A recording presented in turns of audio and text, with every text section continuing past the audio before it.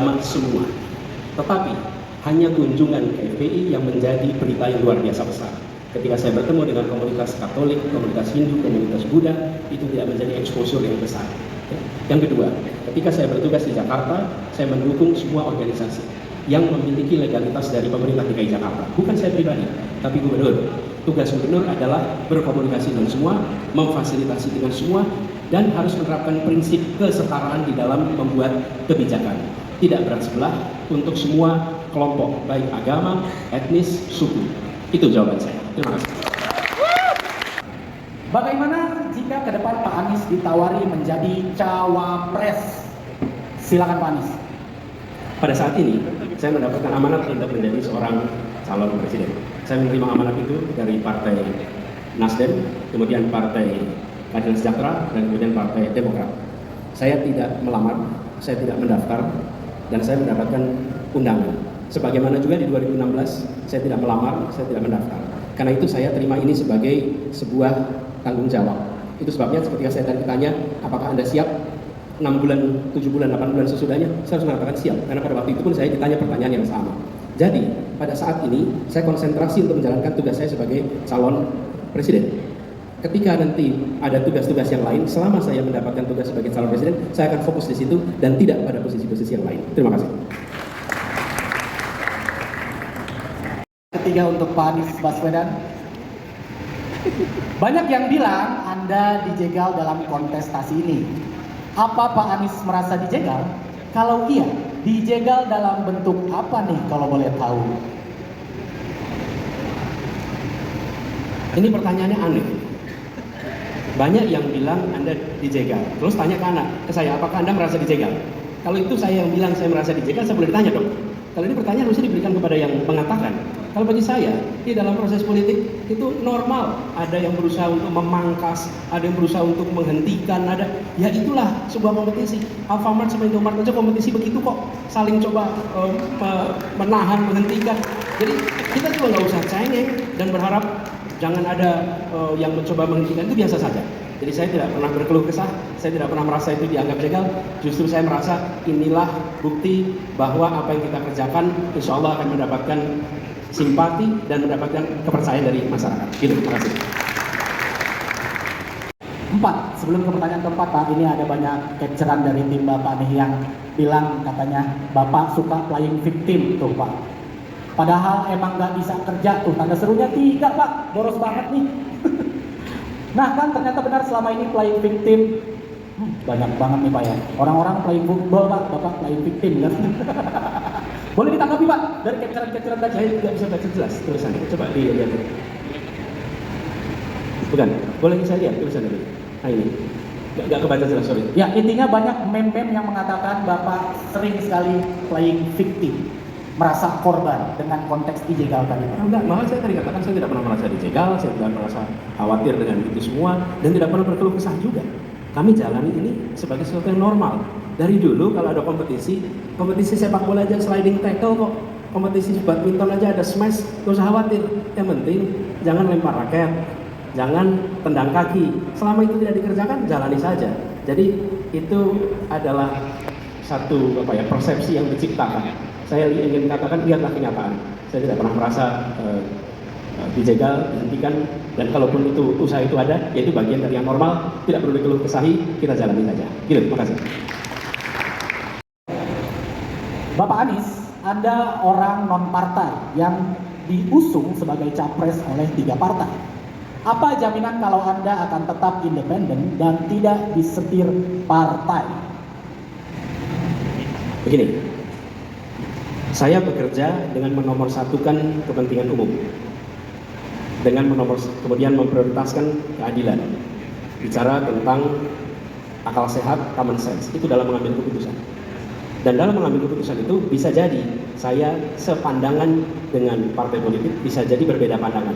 Saya juga bisa sepandangan dengan Mas David atau berbeda pandangan dengan Mas David. Jadi jangan kita mengasumsikan bahwa kalau partai punya pandangan berarti salah.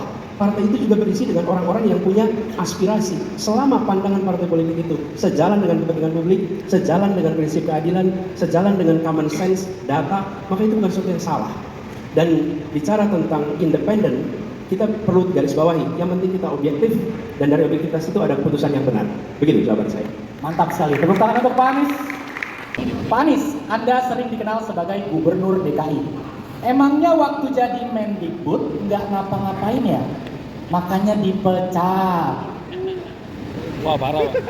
Ya, saya dicukupkan tugasnya bersama dengan 6 menteri yang lain. Dengan 6 menteri yang lain. Bukan satu orang menteri, 6 menteri yang lain. Dan terjadi perubahan komposisi di dalam kabinet. Itu adalah keputusan Presiden, keputusan atasan. Saya juga ketika bertugas sebagai gubernur sering harus mengambil keputusan di mana ada kepentingan-kepentingan yang harus diakomodasi, dan untuk itu maka harus ada rekonfigurasi, pengaturan ulang tentang posisi.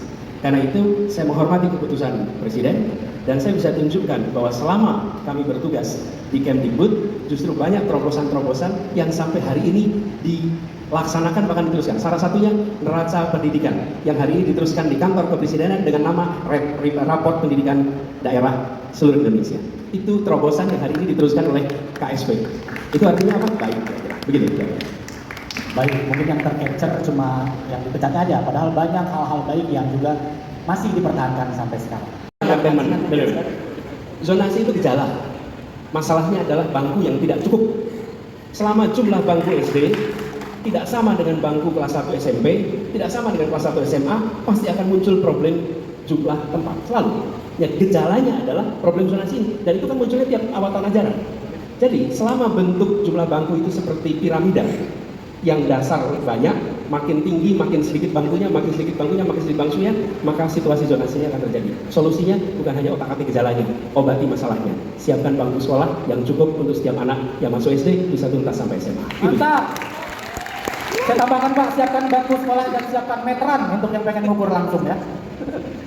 Pertanyaan ke-6 untuk Pak Anies. Masih semangat? Tepuk tangan dulu boleh dong. Ini masih adem nih, belum gerah-gerah amat ya pertanyaannya. Pertanyaan ke-6 Pak.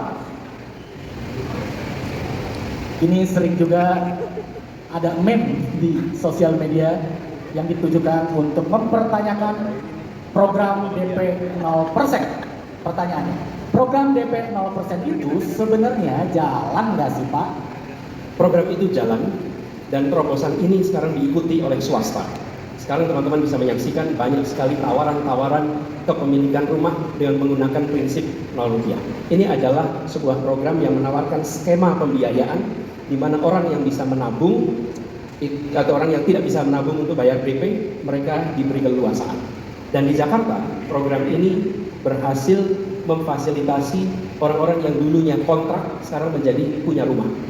Ketika mereka punya rumah, maka mereka punya aset dan naik pendapatan kekayaan mereka karena nilai rumahnya bertambah.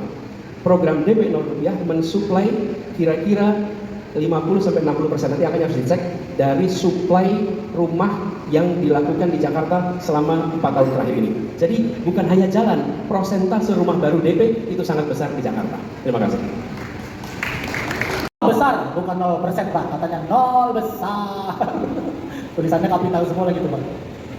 Yang gaji di atas 7 juta dapat subsidi gratis DP rumah 0%. Yang gaji UMR dapat apa? Tiket masuk surga tuh. Pak Anies lagi mangap. Gini, saya jawab ya. Ya.